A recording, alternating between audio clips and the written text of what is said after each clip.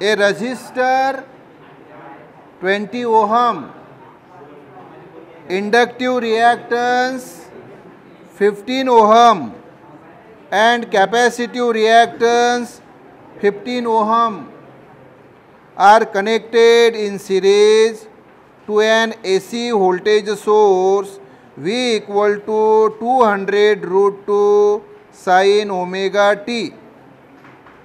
Then the maximum current in the circuit is, तो हमें देखो रजिस्टर का रजिस्टेंस भी दिया है, इंडक्टर का इंडक्टेंस भी दिया है और कैपेसिटर का इंडक्टर का इंडक्टिव रिएक्टेंस यानी उसका रजिस्टेंस दिया है इंडक्टर का और कैपेसिटर का भी रजिस्टेंस दिया है और एसी वोल्टेज सोर्स अप्लाई होता है। आपको मालूम है, हम चैप्टर ही एसी सर्किट्स देख रहे हैं, तो उसका जो वोल्टेज है वो V equal to 200 root 2 sine omega t दिया है।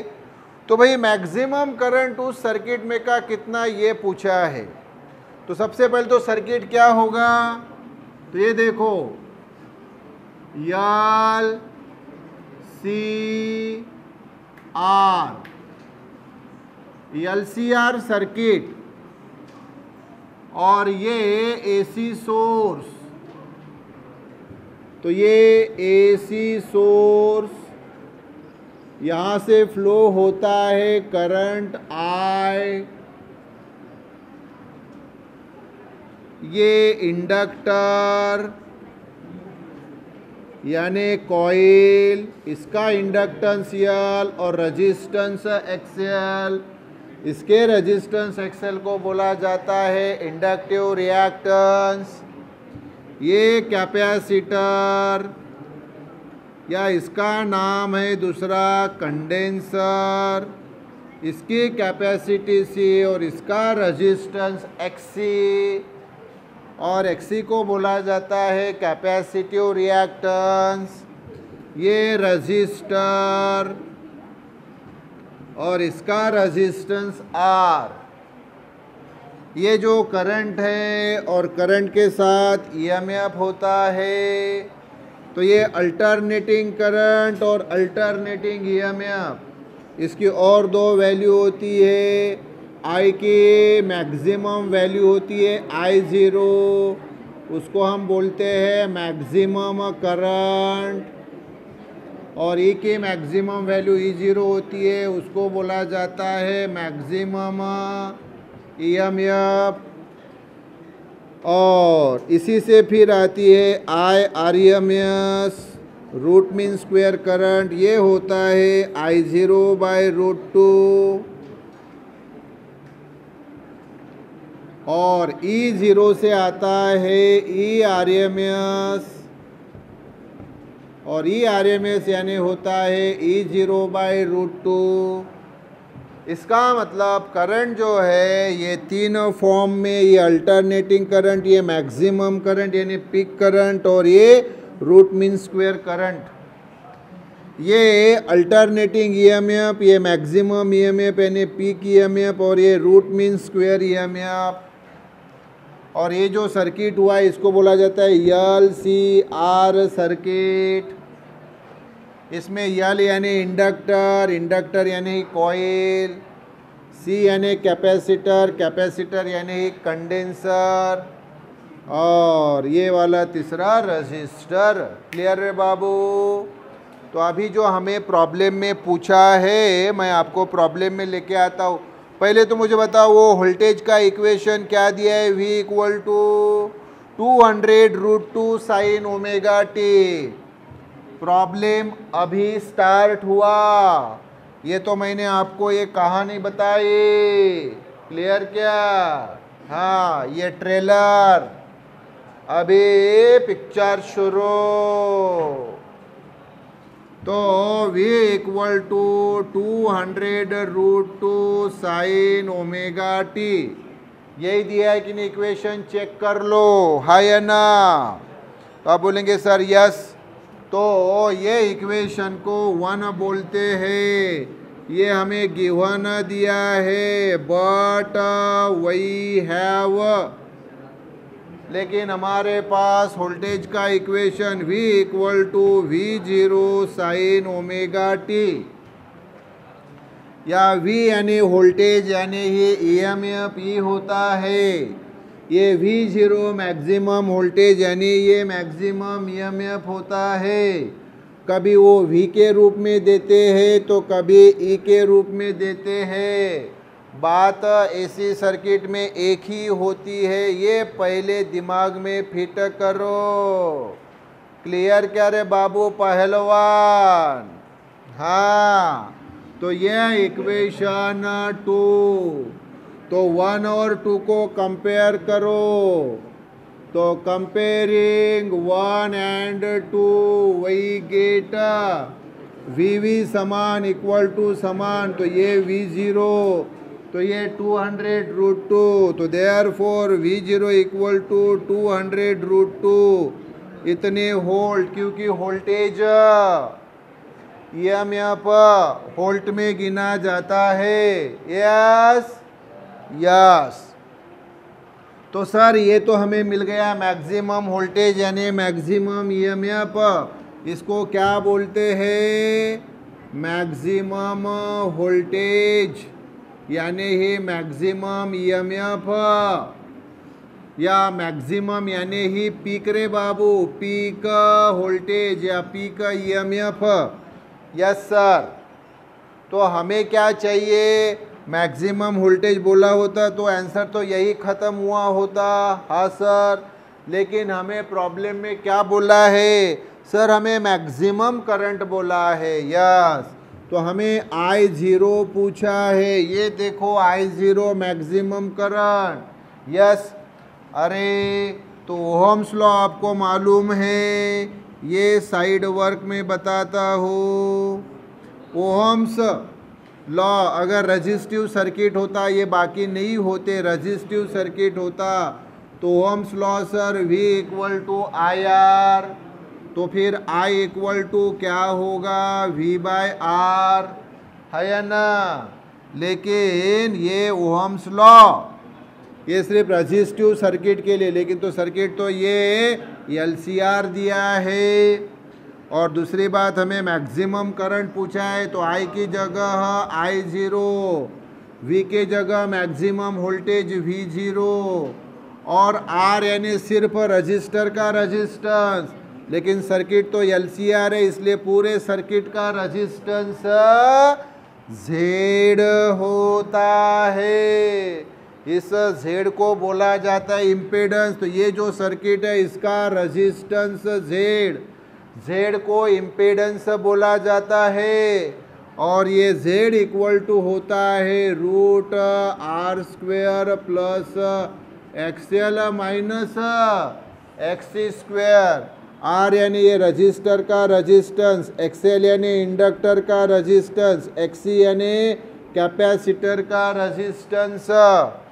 यस सर, तो फिर ये फार्मूला, तो ये वही have I0 equal to V0 upon Z, तो I0 वैसे ही, V0 वैसे ही, और Z की जगह उसकी ये value √R² plus XL minus XC²। तो अभी V0 की वैल्यू रखो, ये देखो ऑलरेडी हमारे पास वो वैल्यू है 200√2। अब R, XL और XC ऑलरेडी आपको प्रॉब्लम में दिए हैं। क्या दिए वो जस्ट वैल्यू बताओ। तो आप बोलेंगे सर R दिया है 20, XL 15 15 और XC भी 15 15 ही दिया है। तो R की वैल्यू 20 का स्क्वायर, XL की वैल्यू 15, XC की भी वैल्यू 15, तो ये 200√2, 15 माइनस 15 तो 0 हो गया, 0 का स्क्वायर 0 ही होता है, तो बचे क्या? √20², है ना? तो ये √20 का स्क्वायर, तो इसमें स्क्वायर रूट कैंसल, तो ये 200√2 अपॉन 20। तो देखो एक जीरो कैंसल और 20/2 यानी आते हैं 10, तो ये आ गया 10√2। करंट है तो एम्पियर, ये आ गया आंसर। और अब आप मुझे बताएंगे ऑप्शन, राइट ऑप्शन कौन सी है वहां पे? बी। कौन सी रे बाबू? So B is the right option. Clear क्या? बोलिए।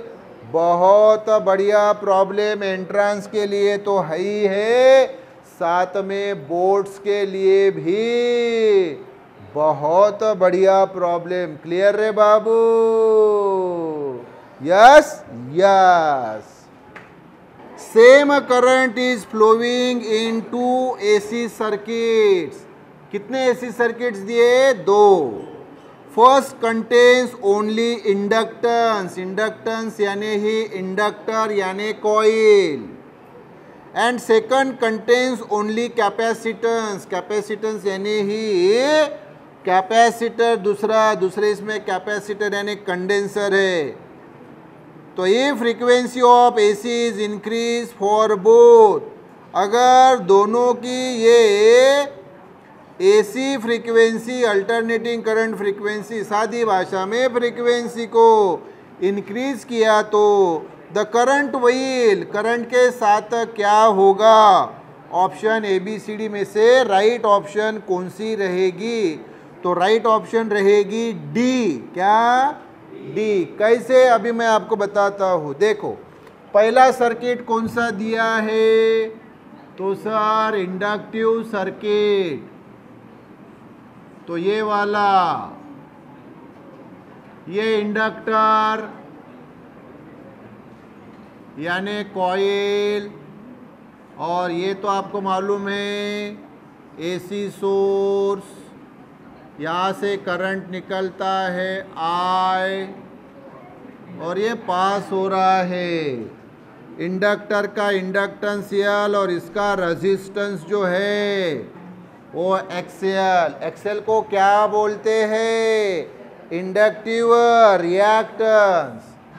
ये पहली केस, फर्स्ट केस, ये फर्स्ट केस। अब इधर सेकंड केस, तो यहाँ पे एक कैपेसिटर दिया है और ये एसी सोर्स, वैसे ही ये एसी सोर्स, ये करंट आई फ्लो हो रहा है, ये कैपेसिटर यानी कंडेंसर, इसकी कैपेसिटी सी और इसका रेजिस्टेंस एक्सी, और एक्सी को क्या बोलते हैं? Capacitive reactance. अभी वही बात मुझे बताओ, by ohm's law V equal to क्या होता है रे? IR। तो I इक्वल टू क्या होगा? V/R, है ना?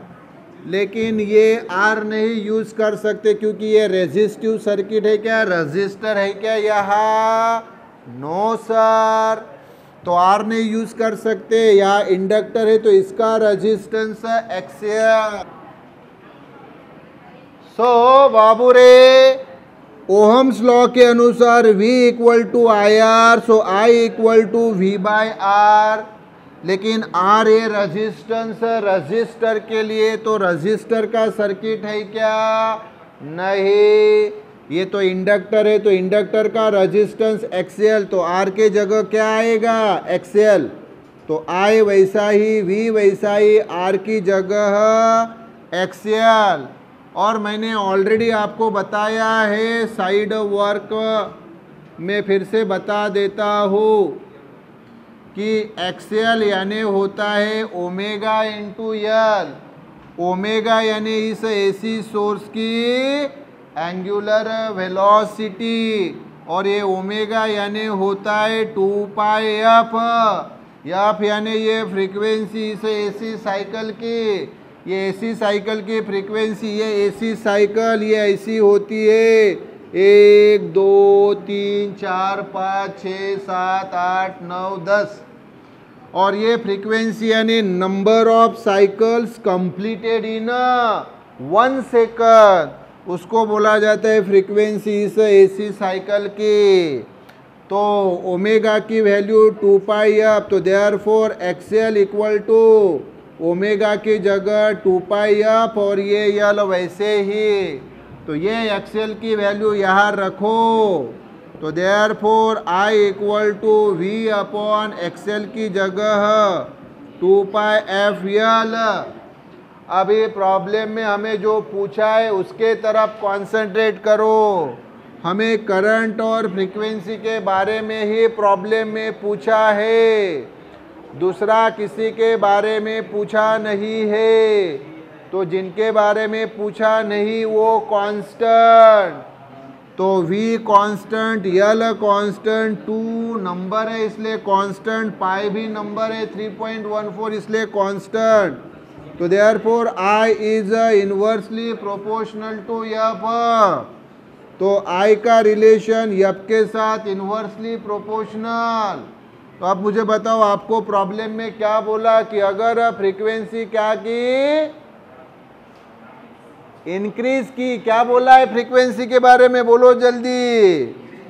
अगर फ्रीक्वेंसी इंक्रीज की तो क्या होगा, तो फ्रीक्वेंसी इंक्रीज की तो क्या होगा, फ्रीक्वेंसी इंक्रीज की तो करंट क्या होगा, डिक्रीज होगा। फिर से देखो प्रॉब्लम क्या बोला है, फ्रीक्वेंसी इंक्रीज बोली कि डिक्रीज बोली, फ्रीक्वेंसी इंक्रीज बोली।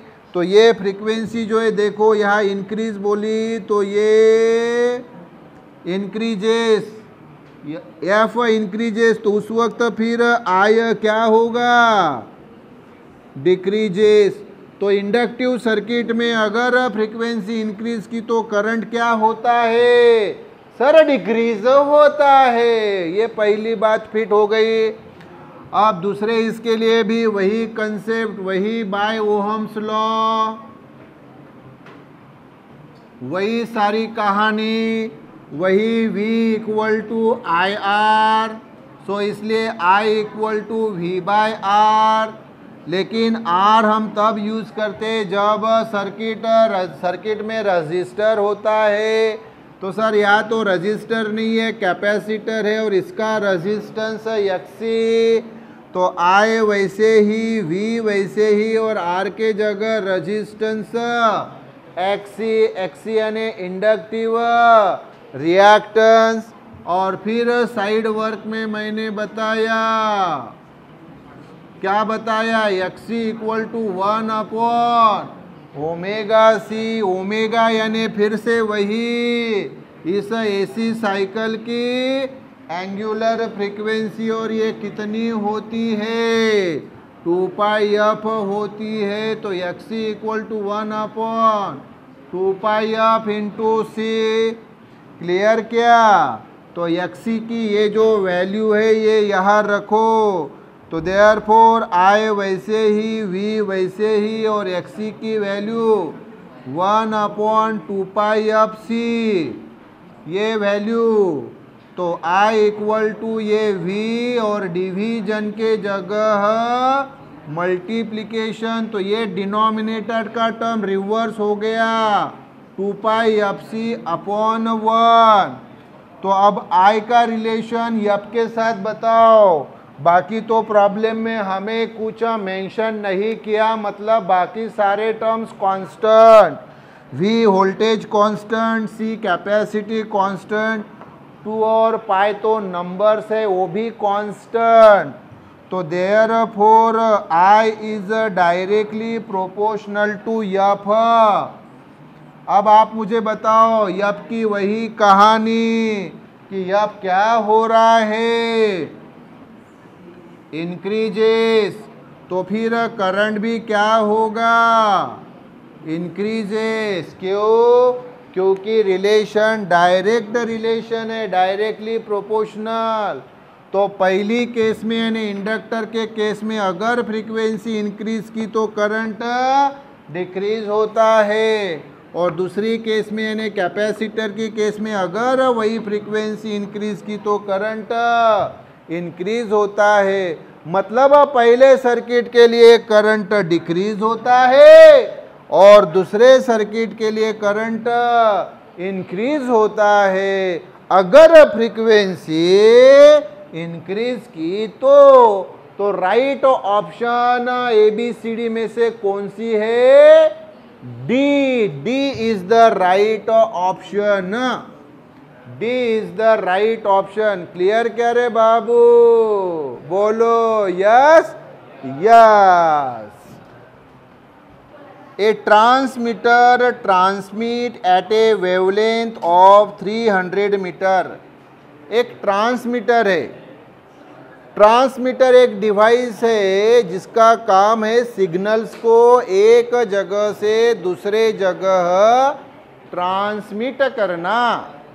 एक जगह से दूसरे जगह ट्रांसमिट करना। ओके, तो भाई ट्रांसमीटर दिया है, उसकी वेवलेंथ दी है। अब एक कंडेंसर यानी capacitor of capacitance 2.4 microfarad, micro यानी 10⁻⁻6 फैराड इज बीइंग यूज। एक कैपेसिटर को यूज किया जा रहा है। क्लियर? एक कैपेसिटर को यूज किया जा रहा है, इज बीइंग यूज। क्लियर क्या?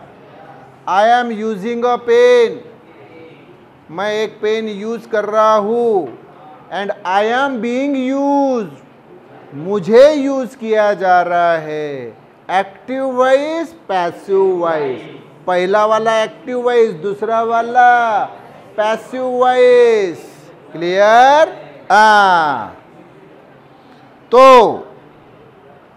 The value of the inductance for the resonant circuit is approximately. Resonant circuit बोला है, अंडरलाइन करो। रेजोनेंट सर्किट है तो रेजोनेंट सर्किट की फ्रीक्वेंसी क्या रहेगी? Resonant frequency. और क्या होती है रे बाबू रेजोनेंट फ्रीक्वेंसी? बोलो। तो resonant frequency F equal to 1/2π√LC।